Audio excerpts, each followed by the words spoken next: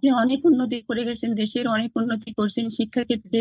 অনেক আপনার কথা তো কেউ আমরা তো কখনো ভুলতে পারি না, বা আমরা কখনো ভুলবো না। মামনি আপনি দেশে কবে আসবেন? আপনাকে চাই, আমি আপনার আসবো, আসবো, কিছুতেই ইনশাল্লাহ মানে আসবো।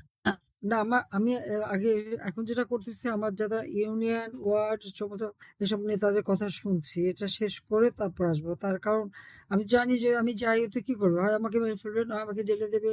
তখন তো আর কারোর সাথে কথাই বলতে পারবো না। এই জন্য আগের থেকে আমি ঠিক করছি যে আগে সবাই আমার 122টা 23টা নির্বাচনী এলাকা শেষ হয়েছে, বাকিগুলো আমি শেষ করব। আর এইভাবে তোমাদের দায় মুক্তি যারা যেখানে এরকম তাদের সবার সাথে কথা বলে তারপর আমি দেশে ফিরবো। আমি অলরেডি দেখো না, আমরা। অনেক বিদেশে শুনে আমার নামে ফাঁসি চায়। তাদের হ্যাঁ, হ্যাঁ, হ্যাঁ। মামলা দেয় আমাদের, খুব ভালো কথা, ফাঁসি এসেছে, খুব ভালো হয়েছে। আসতেছি ফাঁসি দিয়ে দড়িটা কত আর কত ভালো দেখ, আসবো আমি ইনশাল্লাহ। মোহা বেগম, আপনি মিউটে আছেন। মোহা বেগম ওখানে শুনতে একটা যেখানে মাইকটা থাকে ওখানে হাত দিয়ে টাচ করেন তাহলে খুলে যাবে। একটা মাইকের মতো আছে, আপনার ওখানে রাখাই দেখা যাচ্ছে, দাগ আছে, ওই জায়গাটা টাচ করেন কোথাও। হ্যাঁ, এখন আছে, কথা বলেন নাকি? বলেন। আসসালামু আলাইকুম। আসসালামু আলাইকুম। হ্যাঁ, ওয়ালাইকুম আসসালাম। মা, আমার কথা শুনছেন আপনি? হ্যাঁ, আমি শুনছি। মা, মা আমার আপনার ছেলেকে ওই নির্মম করে হত্যা করেছে মা। 25 দিন হাসপাতালে থাকার পরে সে মৃত্যুবরণ করেছে। মা, আমার আমার বিচার চাই মা। আমার ইনকাম মুক্ত করার মতো কোনো মানুষ নেই, শুধু একটা ছেলে মেয়ে নিয়ে আমি থাকি। আমার অভিভাবক যেটা সেটাই, মা বাড়ি বড় মা সে তাকে মেরে ফেলছে। আমি আর এই গ্রামের বাড়ি ছাল পারলে কেমন করে থাকবো মা? আমার কোনো ইনকাম করার সোর্স নাই, কোনো আয় নাই। আমার ছেলে মেয়ে আমি আমি লিখে নেতা ছিলেন। মায়ের বিচার আমি চাই মা, আমার বিচার সুষ্ঠু বিচার করেন মা। উনি আমি জানি আমার যেভাবে যেভাবে প্রত্যেক জায়গায় এরকম তার মানে বলে আমি মিথ্যা অপবাদ দিয়ে বেড়াই, সবার ফাঁসিও দিয়ে দিল। কেন? সব মানুষ ওরাই যে মামুনি ওরা ওরা আমরা আমরা ভোট দিতে যাইনি, কারণ আমরা কাকে ভোট দিব? আমাদের মাই নাই, আমরা কাকে ভোট দিতে যাব? আমরা ভোট দিতে যাইনি, এটাও আমাদের অপরাধ ছিল। আমরা কেন ভোট দিতে যাইনি? আমরা কেন ওদেরকে ভোট দিব? আমরা দিব যাকে, সেই তো নাই। মামুনি আজকে যদি আপনি দেশে থাকতেন, তাহলে আমার বাবার আজকে এভাবে অকাল মৃত্যু হতো না। আমার বাবা তো বুড়া হয়নি, আমার আব্বা সুস্থ স্বাভাবিক একজন মানুষ, সুস্থ মানুষ, কোনো অসুখ নাই, জোয়ান মানুষ। আমার বাবাকে এইভাবে মেরে ফেলছে মামুনি। আমার আব্বা সব সময় আপনার ভাষণ শুনতো, আপনার ছবি দেখতো, যে বঙ্গবন্ধু কন্যা দেশে আসবেই আসবে। আমার আব্বা আপনার ভক্ত ছিল। আর এই কারণে এই শুধু এই একটা কারণের জন্য আমার বাবাকে মেরে ফেলছে। অত আর পাবো না। আপনি এদের ফাঁসি দিয়ে দেন। নিজে তো বাপ দাবার থাক দেশের বিদেশের মাটিতে দেয়নি। আমি তোমাদের কষ্ট সেদিন তো তোমাদের সাথে কথা আর কিছু না পারি। আমি তো একজন, তবে আল্লাহ আল্লাহ আছে, আল্লাহ নিশ্চয়ই এই বিচার হবে। আমার বাবা মা ভাই বোন হত্যার বিচার 35 অনেক বাধা, কতবার আমাকে, আমি হাল ছাড়ি না, কিন্তু আমি করেছি। এইসব হত্যার বিচার দিন দেবে। বাবাকে হারাইছে দিতে আমি তো বাবা, আমি বাবা মা, আমার 2 ভাই বোন, চাচা ফুফাতো বোন, সব একসাথে। আমি কষ্ট, এরা যারা আছে জল্লা মানুষের, যারা মানুষ, এদের শিক্ষা হবে। আর তোমাদের চিকিৎসা যারা, আমাদের তো কারোই কিছু নাই, সব সব হ্যাঁ, বলো। ভাই সম্পাদক ইমরান ভাই। অন্তত পড়াশোনা করতে দেয় না। আমাদের ছেলে পেলে ওরা পড়াশোনা, ওরা সব গাদা গরুগুলি পড়ে। আপনি অনেক উন্নতি করে গেছেন, দেশের অনেক উন্নতি করছেন শিক্ষা ক্ষেত্রে। অনেক আপনার কথা তো কেউ আমরা তো কখনো ভুলতে পারি না, বা আমরা কখনো ভুলবো না। মামনি আপনি দেশে কবে আসবেন? আপনাকে চাই, আমি আপনার আসবো, আসবো, কিছুতেই মানে না, আমার আগে যেটা করি ওয়ার্ড নেতাদের কথা করে তারপর আসবো। তার কারণ আমি জানি যে আমি যাই তো কি করবো, হয় আমাকে মেরে ফেলবে, না আমাকে জেলে। তখন তো আর কারোর সাথে কথাই বলতে, আমার 100 এলাকা শেষ হয়েছে, বাকি আমি শেষ করবো। তাদের সবার সাথে কথা বলে তারপর আমি অলরেডি দেখো না, আমরা। অনেক বিদেশে শুনে আমার নামে ফাঁসি চায়।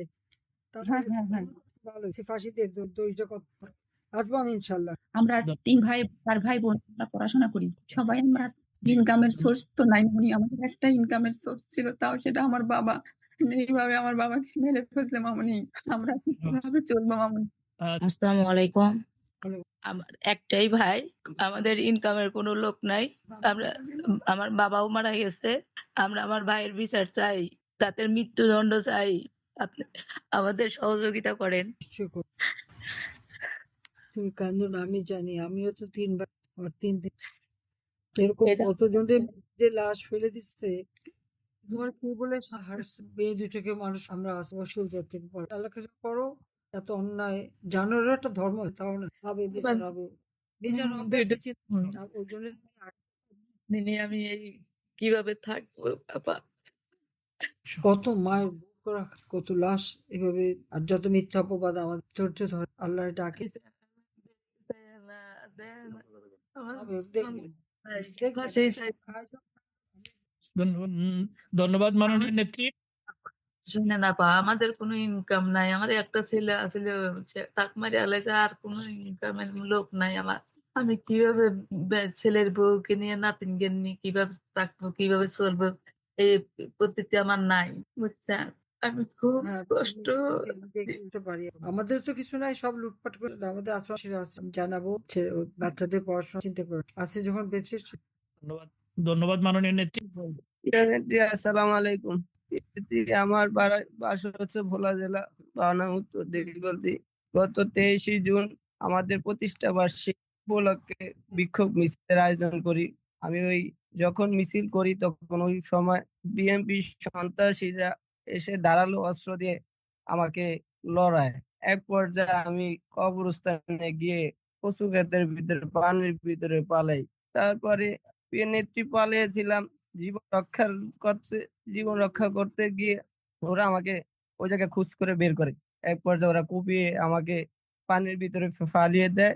সেখান থেকে আবার আমার অবস্থান থেকে মেলা মারে ফেলে আবার ওদের বিএনপির সন্ত্রাসীরা ওগো ক্লাবে নিয়ে যায়। নিয়ে আমার গায়ে পানি ঢেলে আমাকে লোহা দিয়ে, ধারালো লোহা দিয়ে, বাগা দিয়ে, অস্ত্র দিয়ে আমারে পিটাইতে পিটাইতে আমার পায়ের ভিতরে রড ভরে দিয়ে আমার পা গুঁড়া করে ফেলছে। প্রিয় নেত্রী, প্রিয় নেত্রী, আমি ওই কথা বলতে গেলে আমার কলজা ফেটে যাচ্ছে। আমাকে ওরা একটু পানি চেয়েছিলাম, আমাকে পানি পর্যন্ত দেয়নি। প্রিয় নেত্রী, আমি দল ভালোবাসি, আমি আপনাকে ভালো, এই জন্য আমি দল করি বিদায় ওরা আমাকে নির্মম ভাবে ক্লাবের ভিতরে কুপিয়ে নিয়ে তারপরে ক্লাব অত্যাচার ভাবে বিকোপ ভাবে আমি পাও ধরছি, ওদের কাছে ভিক্ষা চেয়েছি আমার জীবনটা, যা আমাকে ছেড়ে দে ভাই, ছেড়ে দে, আমাকে ছেড়ে দে। ওরা বলছে তোর আমার যদি আর 10টা মিনিট হতো আমার জীবন বাঁচানো সম্ভব হতো না। প্রিয় নেত্রী, আমার মা বাবা যখন প্রশাসন নিয়ে যায় তখন ওরা আমার মাকে হাত দেয়, আমার মা ভাইকে পিটায়, আমার খালাকে নানুকে পিটায়। তখন এক পর্যায়ে পুলিশের সামনে কিছু করার ছিল না, দাঁড়িয়ে শুধু দেখছিল। প্রিয় নেত্রী, আমাকে ভোলা হসপিটালে নিয়ে যায়, তাৎক্ষণিক আমাকে নিয়ে যায়, নিয়ে যে চিকিৎসা করার অবস্থায় বরিশাল নিয়ে গেছে। বরিশাল আমার চিকিৎসা করায় নাই। প্রিয় নেত্রী, আমার পাও খুবই অবস্থা খারাপ ছিল। এক পর্যায়ে আপনার ডাক্তার চেক আহমেদ স্যার, উনি অসংখ্য ধন্যবাদ প্রিয় নেত্রী, আপনার মাধ্যমে আমার চিকিৎসা করার ব্যবস্থা করে। প্রিয় নেত্রী, আমাকে নিয়ে আমার পায়ের অপারেশন এবং আমার পিঠে কোপ আছে, আপনি দেখতে পারবেন। আমার পায়ের অবস্থা খুবই খারাপ, আমি উঠে বসতে পারি না, শুয়ে শুয়ে কথা বলতেছি। প্রিয় নেত্রী, আমাকে অনেক হ্যাঁ, আমি জানি। কষ্ট, আমার জীবনটা নেত্রী বুঝিয়ে বলতে পারবো না। আমি ওই প্রোগ্রাম করতে গিয়ে আমার জীবন আজকে বিকল্পর বাইরে। আমি দল ভালোবাসি বিদায় আজকে তারা আমারে বলছিল ডেড বডি ফেলে দিও, ওরা 10টা মিনিট হলে আমাকে জীবন আর বাঁচাতে দিত না। এরপর যে আমার মা গেলে মারে মারে, আমার বোনের আমার নানুর গায়ে পর্যন্ত হাত দেয়, আমার ভাইয়ের গায়ে পর্যন্ত হাত দেয়। তাৎক্ষণিক প্রিয় নেত্রী বরিশাল থেকে জগন্নাথ বিশ্ববিদ্যালয়ের ছাত্রলীগের সভাপতি, আমাদের ভোলা ছাত্রলীগের সভাপতি রায়ান ভাই, শাকিল ভাই, সম্রাট ভাই সহ আমাকে পঙ্গু হসপিটালে আপনার ডাক্তার আমাকে নিয়ে চিকিৎসা করে। প্রিয় নেত্রী, আমি এখন একটু মোটামুটি কোন রকম আছি। আমার আমার চিকিৎসা চলবে, চিকিৎসা চলবে। নেত্রী, প্রিয় নেত্রী, আমি একটাই কথা বলতে চাই, আমার একটাই কথা, আমি যতদিন বেঁচে আছি আমি আপনার জন্য মরণ জন্য প্রস্তুত আছি। আমি আপনাকে যতদিন বাংলাদেশে আমরা না আনতে পারবো ততদিন পর্যন্ত মরণ বুকে নিয়ে রাজপথে ছিলাম এবং ভবিষ্যতেও থাকবো। আমার আম্মা একটু আপনার সাথে কথা বলবো, প্রিয় নেত্রী একটু কথা বলেন। তুমি সুস্থ হও, তোমার চিকিৎসা চলতে হবে। প্রিয় নেত্রী আমার আম্মা একটু কথা বলবো, একটু কথা। হ্যাঁ মা বলেন, বলেন এটা কয় তারিখে?